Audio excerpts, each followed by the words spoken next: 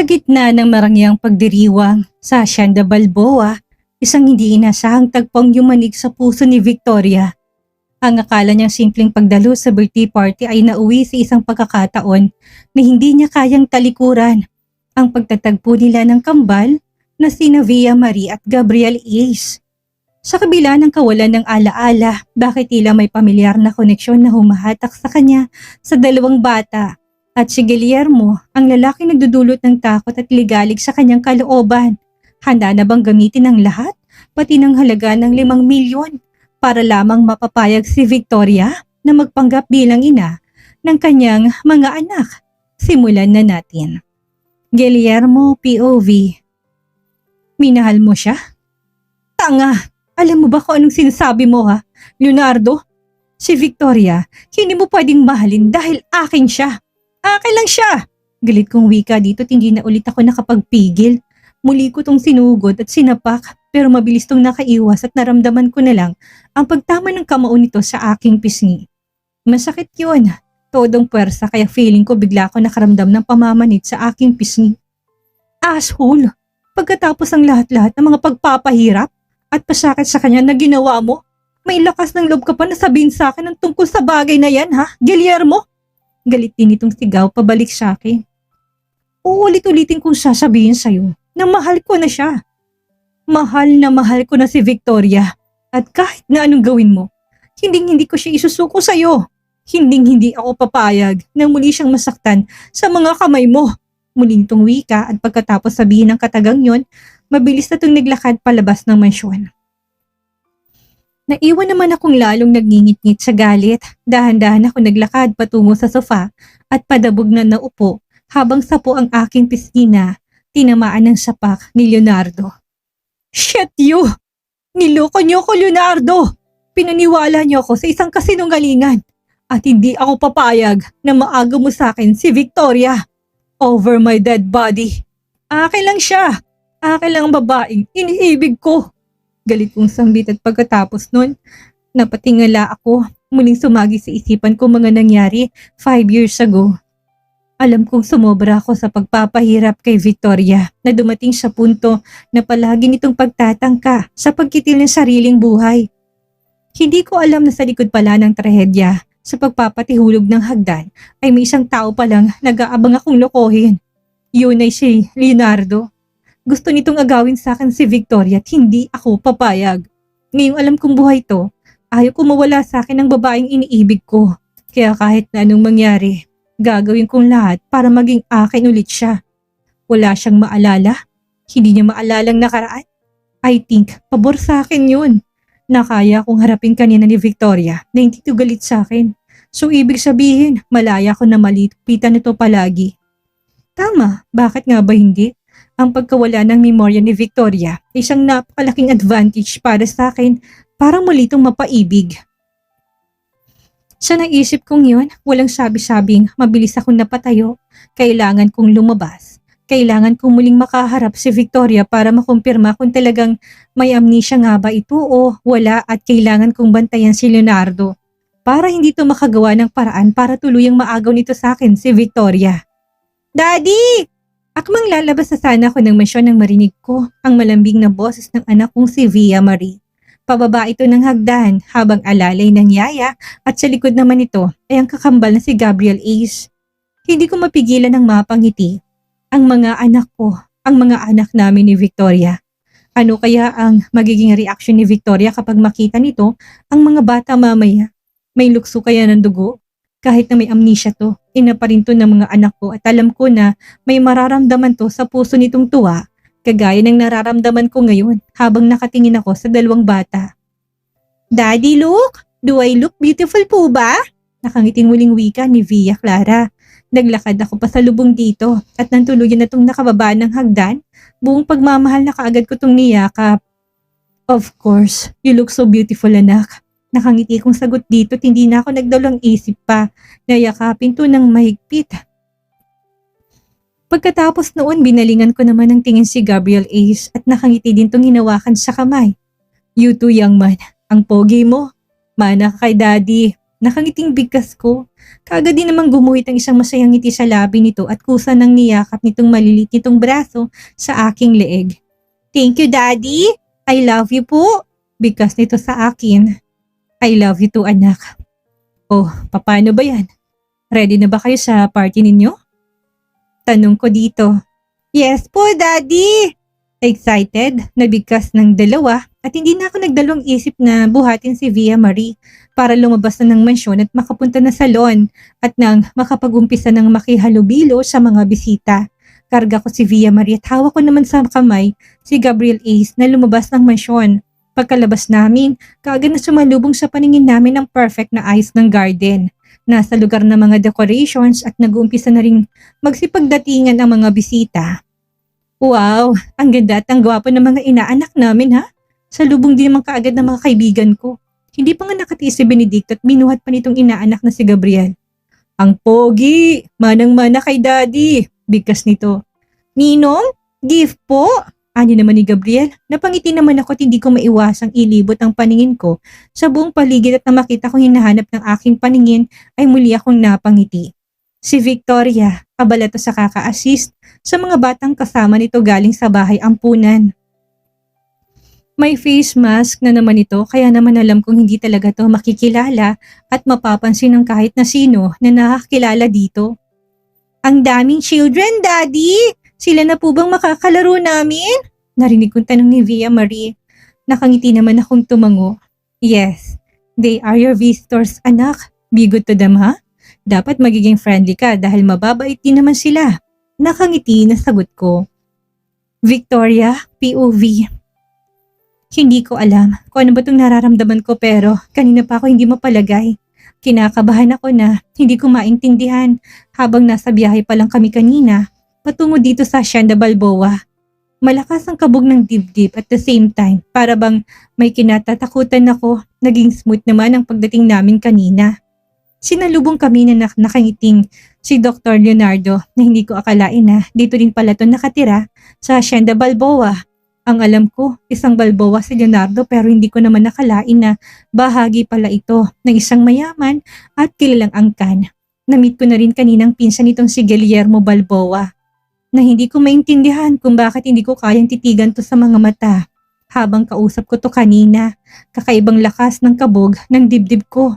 Hindi ako komportable at para bang nakakatakot ang lalaking yun. Victoria, ayos ka lang ba? Wala sa sariling napalingon ako nang marinig ko ang pamilyar na boses na yun. Hindi na ako nagulat pa nang makita dito si Dr. Vida dahil alam kong isa rin tong Balboa at pinsan din to ni Leonardo. Doc, ikaw pala. Pasensya na po, nagulat ako kanina nung malaman ko na dito rin pala kayo nakatira. Nakangiting wika ko dito. Ayos lang, kahit ako nagulat din na makita ka kanina. Kahapon lang na nandun kami sa bahay ampunan pero hindi niyo nabanggit sa amin. Napupunta pala kayo dito sa Hacienda Balboa. Nakangiting sagot nito sa akin. Oo nga po eh. Ano po kasi, biglaan, kagabi lang din po nalaman pagkatating ko sa bahay ampunan. Galing sa pamamasyal kasama si Leonard na may event nga daw kaming dadaluhan. At dito nga po, sa haciendang ito. Seryosong sagot ko rin dito. Ganun ba? Well, hindi namin alam ang mga plano ng pinsan namin. Lalo na tanak niya naman ang may kaarawan eh. Pinsan lang kami, hindi rin talaga namin hawak ang mga desisyon ni Guillermo. Nakangiting sagot din ito. Napatango ako, muling napatitig sa kabuuan ng mansyong Balboa at wala sa sariling napahawak ako sa aking dibdib. Muli ko na naman kasing naramdaman ng malakas na kabog ng puso. At the same time, bigla din ako nakaramdam ng kakaibang lungkot sa hindi ko malaman na dahilan. Hindi dapat ganito, hindi dapat ako makaramdam ng lungkot, lalo na at wala namang dahilan eh. Kaya lang kanina pa, pagkaapak pa lang ng mga paa ko sa lugar na to, para bang may kung anong bagay ako nararamdaman sa aking puso. Hindi ko lang ma-explain pero isa lang ang sigurado ako, nalulumbay ako sa aking mga nakita. Okay ka lang ba, Victoria? Hey, Victoria, naririnig mo bang sinasabi ko? Napakurap ako na makailang ulit na maramdaman ko ang pagkalabit ni Dr. Vida sa akin. Pilit naman akong ngumiti. Naku, pasensya ka na. Baka puyat lang ako kaya parang wala ako sa sarili ko. Pero okay lang talaga ako. Okay lang ako. Pilit ang ngiti sa labi na bigkas ko. Are you sure? Victoria, doktor mo ako. Lahat ng mga nararamdaman mo pwede mong sabihin. Malay mo naman hindi ba? Baka makatulong yan para muling bumalik ang alaala mo. Seryosong wika nito sa akin. Napakurap ako ng makailang ulit kasabay ng biglang pangingilid ng luha mula sa aking mga mata. Isa pa to bakit ganito? Bakit parang kanina ko pa gustong umiyak? Dahil kanina ko ba nakakaramdam ng lungkot sa puso ko? Pero bakit naman ako malulungkot? Wala naman akong maalala sa lugar na to at feeling ko nga first time ko dito. Dok, may paraan po ba para muling bumalik ang alaala ko? Normal lang din po ba yung nararamdaman ko ngayon na para bang gusto kong umiyak? Seryosong tanong ko dito. Pasimple kong tinanggal ang aking face mask para punasan ng luha mula sa aking mga mata. Napansin ko naman ang pagkagulat sa mga mata ni Dr. Vida habang nakatitig sa akin. Naiiyak ka? Bakit? May masakit ka bang nararamdaman sa katawan mo? Walang masakit sa akin. Alam ko na totally healed na ako physically pero hindi ko alam kung bakit ganito. Gusto kong umiyak. Gusto kong umiyak ng umiyak dahil feeling ko nasasaktan ng kalooban ko. May kasama ng paghikbi na sambit ko dito. Kaagad din naman ako nitong hinawakan sa dalawang kamay. May naalala ka na ba? Sabihin mo sa akin, may mga bagay ba na sumasagi sa isipan mo ngayon? Seryosong tanong nito. Kaagad din naman akong umiling. Ito ang mahirap sa akin Itong mga nakalipas lang na 5 taon, ang alaala na meron ako. Pagkatapos nun wala na. Para na ako isang blankong libro na kahit na anong gawin ko, wala talaga akong naalala sa nakaraan ko. Normal lang yung nararamdaman mo ngayon. Siguro na overwhelmed ka lang sa mga nakikita mo, kaya ka ganyan. Siguro pagod ka nga, kaya medyo emotional ka ngayon. But maniwala ka sa akin, Victoria. Everything will be okay. Ha? Sana nga, Dok. Kasi ayaw ko ng ganitong pakiramdam Para kasing natatakot ako sa mga bagay na hindi ko naman alam kung ano. Seryosong sambit ko.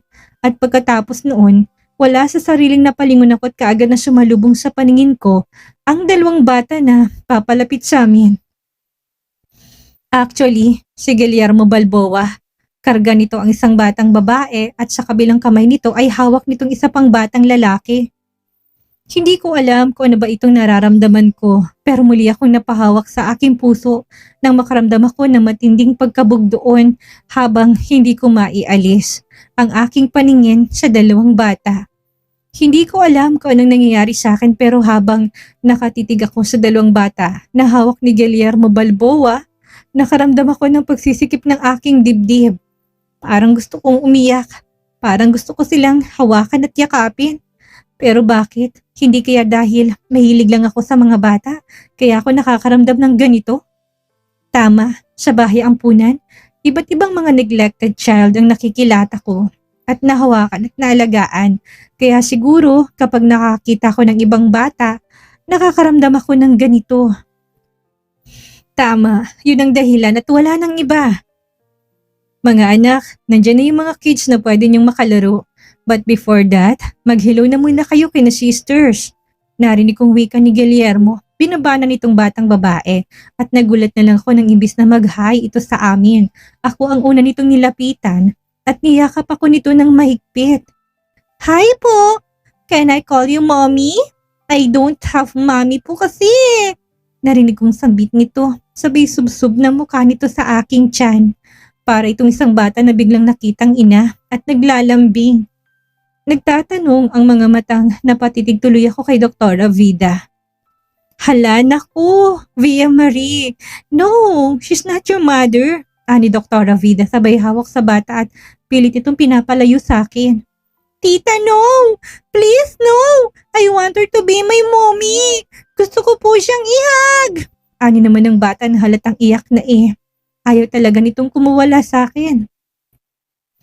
No, Vida, hayaan mo siya. You know that my children have long been eager for a mother's love, right? Seryosong sambit ni Guillermo. Marie, she's not our mother. Tama na! Ani naman ng batang lalaki. Hinawakan din itong kamay ni Via Marie at hinila para kumawala. na sa pagkakayakap sa akin pero ayaw pa rin talaga nitong patinag at mas lalo pang humigpit ang pagkakayapos nito sa akin. Mas lalo naman akong naguguluhan. Hindi ko alam kung ano itong nararamdaman ko. Kusa na rin kasing kumawala ang luha mula sa aking mga mata. Kaya naman, pasimple kong kaagad na pinahid yon. Baka pagtawanan ako ng lahat kung pati ako ay iiyak din. Naku, baby girl. I mean, your name is Via Marie, right? Ang gandang pangalan, bagay sa'yo ba't tama ang kapatid mo? I am not your mother para tawagin mo akong mommy. Mahina akong bigkas. Umupo pa ako para magpantay ang aming mga paningin at tinayaan ko na din ng bata na kusang tanggalin ang aking face mask at pagkatapos nun, napansin ko kung paano ko nito titigan. You're so beautiful, mommy. I want you to be my mommy. I don't have mommy kasi eh. Anito habang titig na titig pa rin sa akin ang inosente nitong mga mata. Napansin ko din ang iilang butil ng luha na kaagad na kumawala sa mga mata nito. Kaya naman naramdaman ko din na para bang may kung anong bagay na pumipiga sa puso ko. Si Guillermo Balboa, tahimik lang nakamasid sa anak. Si Dr. Vida naman, kitang-kita kong matinding pag-aalala sa mukha. I am not your mommy and I will never be your mommy. Siguro naguguluhan ka lang, right? But no worries, pwede naman tayo maging friends eh. Kagaya ng mga batang kasama namin. Lahat sila friends ko. Lahat sila inaalagaan namin. Nakangiting sambit ko at ako na rin mismong kusa nagpunas ng luha mula sa mga mata nito. But you're so beautiful po. And I think Via Marie was right. Hindi po ba namin kayo pwedeng maging mommy? Sabat naman ng isa pa. Kung hindi ako maaaring magkamali, kambal ang dalawang batang ito eh. Kung kanina, inaawat pa ng batang lalaki ang batang babae. Ngayon, iba nang lumalabas sa bibig nito. Nakita kong paano ko titigan ng batang lalaki. Lumapit pa to sa akin at hinawakan ako sa kamay. Can I call you mommy?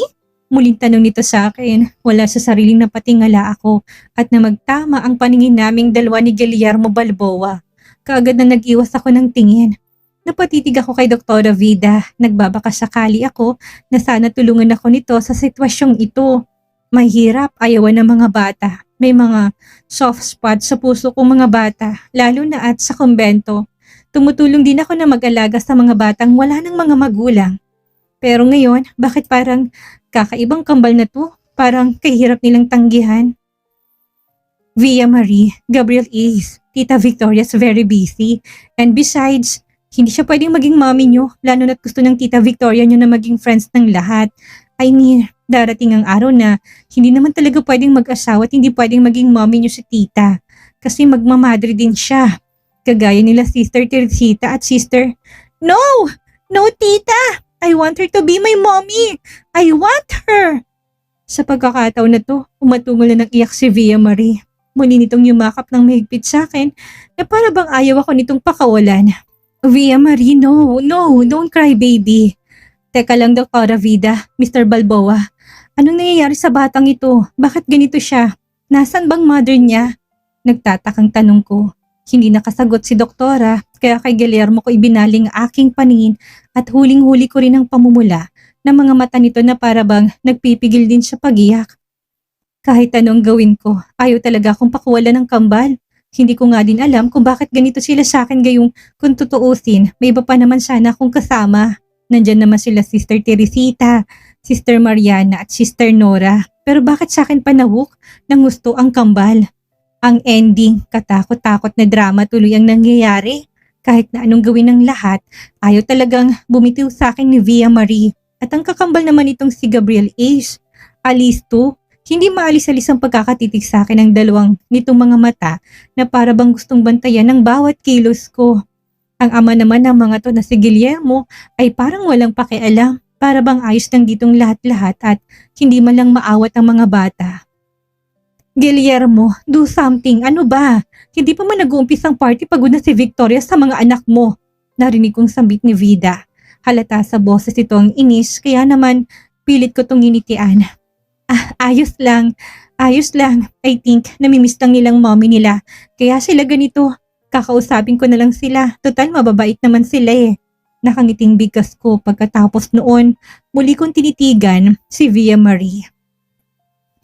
Okay, dahil birthday niyo ngayon, gift ko na lang sa inyong pagpayag ko na tawagin akong mommy. Pero dapat maging cooperative kayo ha? Birthday party niyo ngayon, kaya dapat na makisaya kayo sa mga bisita ninyo. Nakangiting sambit ko, sabay namang tumango ang kambal. Yes po mommy! Panabay na bigkas ng mga ito. At ganoon na lang ang pagkagulat ko nang lumapit si Gabriel A. sa ama at mula sa bulsa nito, nilabas ang isang panyo tapos muli itong lumapit sa akin at pinahira ng aking noo gamit ang panyo na mula sa ama nito. Mami, pawis na po ikaw. Kasi naman ang kulit ni Via eh. Ayaw niyang kumawala sa pagkakayakap sa inyo. Ang init na nga eh. Wika ng batang lalaking si Gabriel.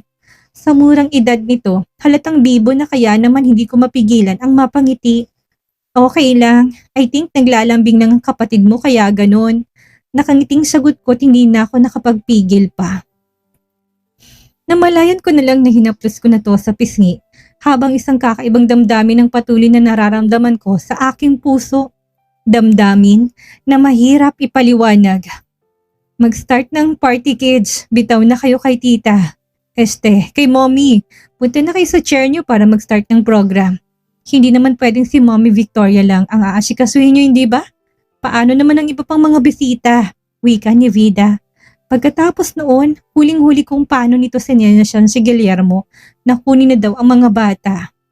Yeah, we need to start na. Kanina pa naghihintay ang mga visitors kaya tapusin na muna natin ang party bago tayo makipag-bonding sa mommy nyo. Kasawal namang sagot ni Guillermo sabay hawak nito kay Via Marie. Kaya lang sobrang na-attach na talaga yata sa akin ng bata dahil muli na naman tong yumakap ng mahigpit sa akin. Nag-aalala na tuloy akong napatingin kay Doktora Vida at sa mga kasamahan kong madre. Ayaw ko na maging dahilan ako kung bakit nasirang party na to. Dapat kanina pa nagumpisa ang program kaya lang malaking problemang ayaw pagkala sa pagkakayakap sa akin itong si Via Marie. Via? I want her. Kung saan si Mami, doon ako. Baka kasi iwan niya naman ako eh. Mahinang sambit ng bata. Clever girl. Sigurista at mukhang spoiled brat kaya ganito to. Baby no, hindi ako pwedeng umalis. Nakikita mo bang mga batang yun? Kasama ko sila. Inaalagaan ko sila. At kung aalis ako, sino nila mag-aalaga sa kanila? Sige na, dito lang ako. No! Gusto ko kasama ka namin. Mommy doon! Gusto namin nasa tabi ka namin. Sabat naman ni Gabriel Ace. Makulit ang mga bata, kaya naman si Mr. Guillermo Balboa ang hinarap ko. Kahit naman na nakakaramdam ako ng pagkailang sa lalaking ito, kailangan ko pa rin tong harapin para lang sa mga bata. Pwede bang ikaw naman na magpaliwanag sa kanila? Seryosong tanong ko dito. Mahirap silang paliwanagan. Ganito na lang, bakit hindi mo na lang pagbigyan ng nais nila? Seryosong tanong nito sa akin. Mr. Balboa, hindi pwede. At saka, ikaw ang ama at ang dapat lang na sumunod sila sa nais mo. Seryosong sagot ko dito. Victoria, please. Mga bata pa sila at narinig mo naman sigurong sinabi nila kanina, hindi ba?